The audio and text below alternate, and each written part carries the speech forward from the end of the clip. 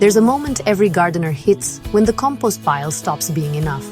You feed it, turn it, baby it, and still the soil seems to lag behind what you know it could be. I hit that wall years ago, and the breakthrough came from something I didn't expect. A fermented, ancient grain, Brew, so potent, so biologically alive, it outperformed even my richest compost. Today, I'm breaking it down step by step, the exact shortcut you can follow to turn tired soil into a living, breathing engine of growth. Compost is incredible, but it works on its own timeline. You wait months for the microbes to do their job, and even a well-made pile can take a full season to truly impact soil structure. Fermented ancient grains behave differently because they're pre-digested by lactobacillus and yeast cultures. That fermentation unlocks amino acids, plant-ready minerals, and a flood of microbial life. Instead of waiting for months, you get a liquid amendment that starts working in days. When I applied my first batch, I saw soil that had been typed, as clay began to loosen within 2 weeks. Seeds that normally struggled pushed up stronger, and the color of the soil deepened like it had finally taken a breath. Gardeners love tradition, but they also love something that doesn't waste time. This shortcut uses sorghum, millet, or amaranth, any of the tough, nutrient-dense ancient grains, to create a high microbe liquid feed.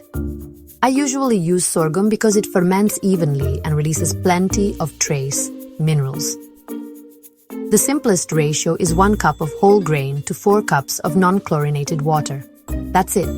Soak the grains for 24 hours, drain the water, then refill with fresh non-chlorinated water to the same level.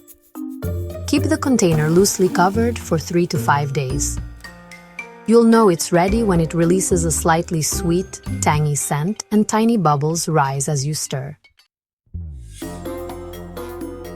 The brew is highly concentrated, and using it undiluted can overwhelm roots.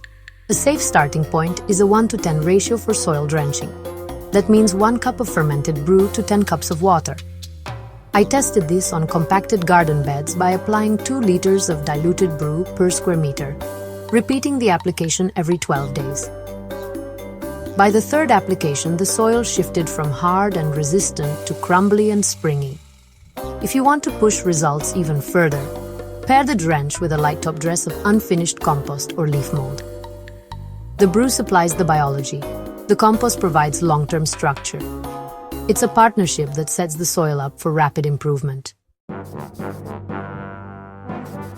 You know, many gardeners struggle with soil that just seems to swallow compost whole without showing much change. That usually means, well, the microbial community has either collapsed or stalled out.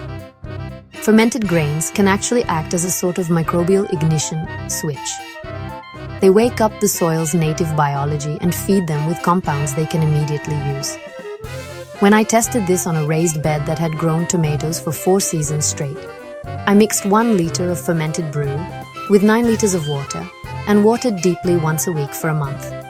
And honestly, the next season, that same bed grew peppers that reached past my knee by early summer, without adding a wheelbarrow of compost.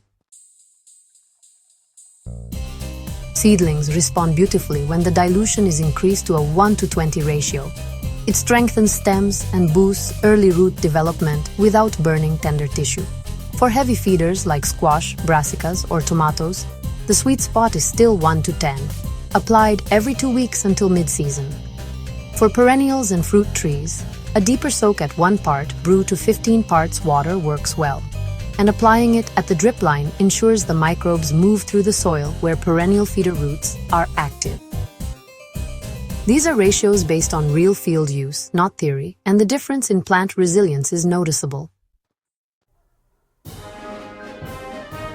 Even though this brew beats compost in speed, it also supercharges the compost you already have. A half liter of fermented brew mixed with 5 liters of water and sprinkled over a slow compost pile wakes it up almost immediately. The temperature increase can be seen within 48 hours. I've had half-finished piles darken nearly overnight after introducing this inoculated liquid.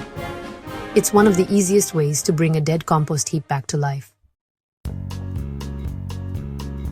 Ancient grains are inexpensive, widely available, and don't require grinding or cooking. Once the brew is finished, you can even bury the spent grains in your garden beds. They will finish decomposing in the soil and continue feeding the biology you just introduced. Nothing is wasted. Everything returns to the system.